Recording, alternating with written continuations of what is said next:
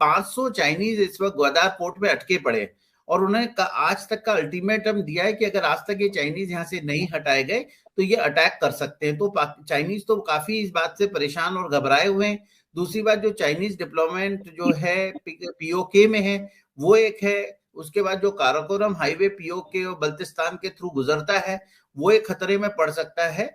हमारे लिए तो इस हद तक ठीक है कि मतलब अगर वो पाकिस्तान चाइनीज को वहां पे अटैक करके रखते हैं और परेशान कर रखते हैं तो पूरा जो इनका बीआरआई का और सीपेक का प्रोजेक्ट है वो खटाई में पड़ जाएगा और कहीं ना कहीं एक सॉफ्ट कर देगा पीओ को। अगर हमें, जैसे कि आपने रिसेंटली नदन आर्मी कमांडर की स्टेटमेंट भी सुनी होगी कि हम तो सिर्फ वेट कर रहे हैं गवर्नमेंट के इंस्ट्रक्शन का, लेकिन अगर हमें हाँ हो जाए तो हम पीओ को ऑक्यूपाई कर सकते हैं। तो दोनों ही स्टेज में ये टीटीपी का और तालिबान का स्ट्रांग होना जो है हमारे लिए तो मतलब एक सिर्फ नॉर्मल समझने की बात है कि क्या हम इसका फायदा उठा सकते हैं, लेकिन पाकिस्तान के लिए तो बहुत खतरनाक है और उसका इम्पैक्ट चाइनीज रिलेशन पे भी आएगा। पाकिस्तान के लिए बहुत खतरनाक है और उसका इम्पैक्ट चाइनीज रिलेशंस पे भी आ सकता है। खासतौर से जो जैसे कि चाइनीज पर अटैक हो रहे हैं, हमले हो रहे हैं इस समय पूरा पूरा पाकिस्तान में, चाहे वो सिंध में हो या वो बलूचिस्तान में हो या वो खैबर पख्तूनख्वा में हो, इन तीनों जगह तो चाइनीज। प्राइम मिनिस्टर मोदी का भी है कि हम अब बलोचों को सपोर्ट करेंगे। सो ऑब्वियसली दोनों तरफ से अगर इस किस्म की सपोर्ट है तो उसका क्या तरीका है कि बैठ के आप उधर इन्वॉल्वमेंट ना करें, वो हमारी तरह ना करें, दोनों को सूट करना चाहिए। लेकिन इन्होंने जाके मोदी को बुचर ऑफ गुजरात कह दिया है, तो अब जो एक थी कि नई हुकूमत शायद एक दरवाजा खोलेगी, वो बंद हो गया। सो व्हाट कैन आई से भाई, अगर आप हर 3 दिन बाद यही मुझसे सवाल करें तो मेरे पास कोई नया जवाब तो नहीं हो सकता। I have been saying this for a long time, Pakistan has to change its ways. हाँ जी सर, वेज तो चेंज करने पड़ेंगे, लेकिन वही बात है कि ये अपनी फॉरेन पॉलिसीज को जो है वो बेहतर नहीं करे, जो जिसका दिल करता है वही करता है। ऑब्वियसली एक मतलब जो पूरी दुनिया में इन्फ्लुएंस रखने वाला बंदे यानी कि इंडिया के जो प्राइम मिनिस्टर, उनके बारे में जाकर गलत कह रहे हैं इतने बड़े बड़े प्लेटफॉर्म में, तो उनका क्या असर पड़ेगा। और जो बिलावल भुट्टो के साथ हो रहा है, बिलावल भुट्टो के साथ जो हो रहा है, तो वो मामला भी सबको पता है। जो अभी वो जो गए हुए थे, जो मीटिंग में गए हुए थे, वो भी सबको पता है, और वहां पे जो उनके साथ सलूक किया जा रहा है वो भी सबको पता है कि ये पाकिस्तान का शेख रशीद है, अंग्रेजी वर्जन। बस that's my way of understanding him, that's all. US की जानिब से भी काफी जो है वो सैंक्शंस लगाए गए हैं पाकिस्तान पे, और डेली के डेली नहा धो के पूजा पाठ करके डेली इनकी आरती उतार रहे हैं। It is not my fault, मैं तो आपको खबर दे रहा हूं, ये रोज ठोक रहे हैं। देखो एक और खबर है, ये कप्तान को निपटा दिया, ठीक है, ये अलग है। मर रहे हैं रोज, बलोच ठोक रहे हैं, तहरीक तालिबान पाकिस्तान रोज एक्शन कर रहा है। मतलब आजकल तो ऐसा हो गया है दोस्तों कि मैं आपको क्या बताऊं, एक दिन नहीं जाता जब वो इनको नहीं मारते जान से। एक दिन नहीं जा रहा, और कई हफ्ते ऐसे हो गए कि एक दिन नहीं चूकता जब वो अटैक नहीं करते इनके ऊपर, और इनके पास कोई जवाब ही नहीं है उस चीज का। ये बस मार खाते रहते हैं, मार खाते रहते हैं, चुपचाप लेटे हैं, मार खा रहे हैं, वो रोज ठोक रहे हैं इनको। अब तो तहरीक तालिबान पाकिस्तान ने एक और चीज कह दी है। जब ये अफगानिस्तान को कह रहे थे ना, ये पाकिस्तानी गए अफगानिस्तान की, जी तहरीक तालिबान पाकिस्तान वाले अफगानिस्तान में पनाह लेते हैं, आप उनको पनाह मत दीजिए।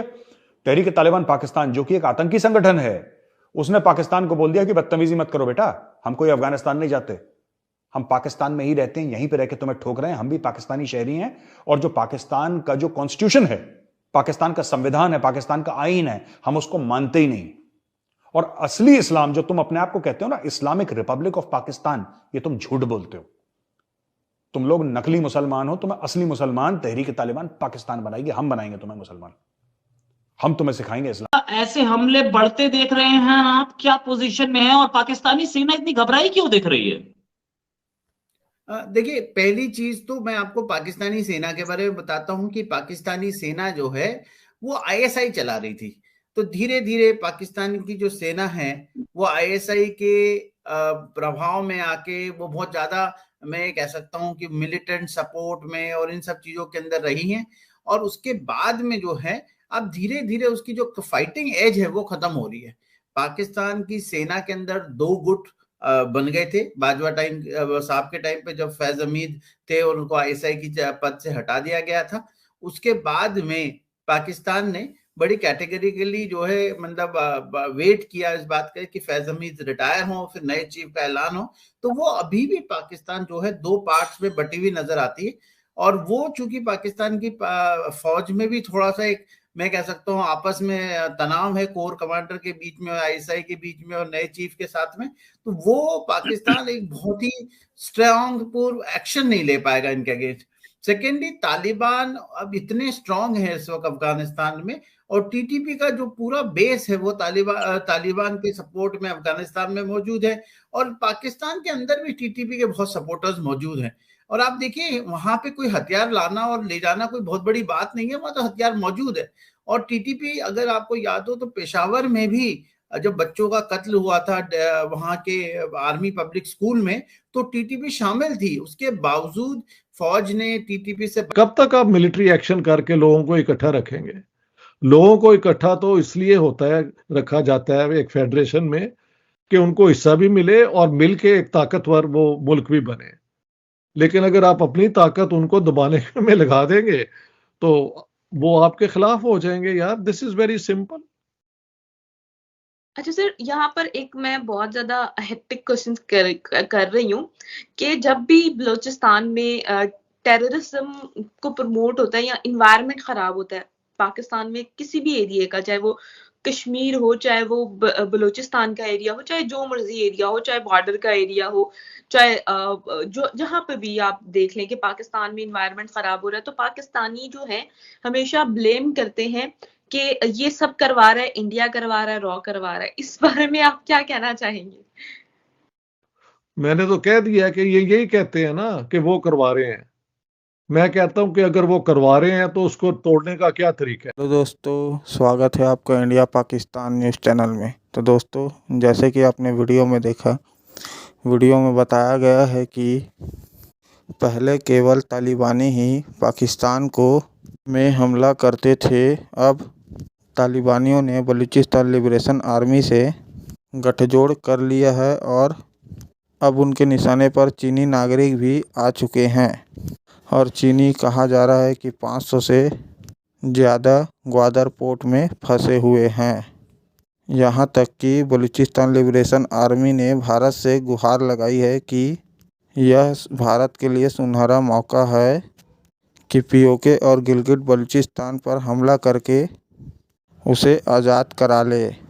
अभी आपने बलूचिस्तान तहरीक तालिबान लिबरेशन आर्मी और भारत के का नाम सुना। आखिर क्या कारण है कि बलूचिस्तान लिबरेशन आर्मी ने क्या भारत से गुहार लगाई है कि, और एक बार प्रधानमंत्री मोदी ने कहा भी था कि बलूचिस्तान लिबरेशन आर्मी और के संपर्क में भी हैं हम, कि आखिर ऐसा क्या कॉमन सूत्र है कि बलूचिस्तान लिबरेशन आर्मी और तहरीक तालिबान पाकिस्तान भारत को एक साथ जोड़ता है। शुरुआत तहरीक तालिबान पाकिस्तान से करते हैं। दरअसल पाकिस्तान में 4 राज्य हैं। पाकिस्तान का जो चौथा राज्य है, जिसे खैबर पख्तूनख्वा कहते हैं, और इसकी सीमा अफ़गानिस्तान से सटती भी है। जहां तक तालिबानियों का कहना है, पाकिस्तान का चौथा सूबा, जिसे खैबर पख्तूनख्वा कहते हैं, उसे गलती से पाकिस्तान में शामिल कर लिया गया है। पाकिस्तान और अफ़गानिस्तान के बीच जो विभाजित रेखा है, जिसे डूरन लाइन कहते हैं, उसको तालिबानी नहीं मानते हैं। और उनका कहना है कि पाकिस्तान का जो चौथा राज्य है खैबर पख्तूनख्वा, उसे अफ़गानिस्तान में शामिल किया जाना चाहिए। और उस राज्य को पाकिस्तान से मुक्ति दिलाने के लिए पाकिस्तानी सेना और पाकिस्तान के सुरक्षा बलों पर आए दिन हमला कर रहे हैं। अब उनका गठजोड़ बलूचिस्तान लिबरेशन आर्मी से हो गया है। दरअसल बलूचिस्तान को पाकिस्तान से अलग कराने की मांग बड़ी समय से उठ रही है। जब पाकिस्तान भारत से अलग हुआ था, तब बलूचिस्तान उससे पहले ही एक स्वतंत्र देश के रूप में मान्य हो गया था।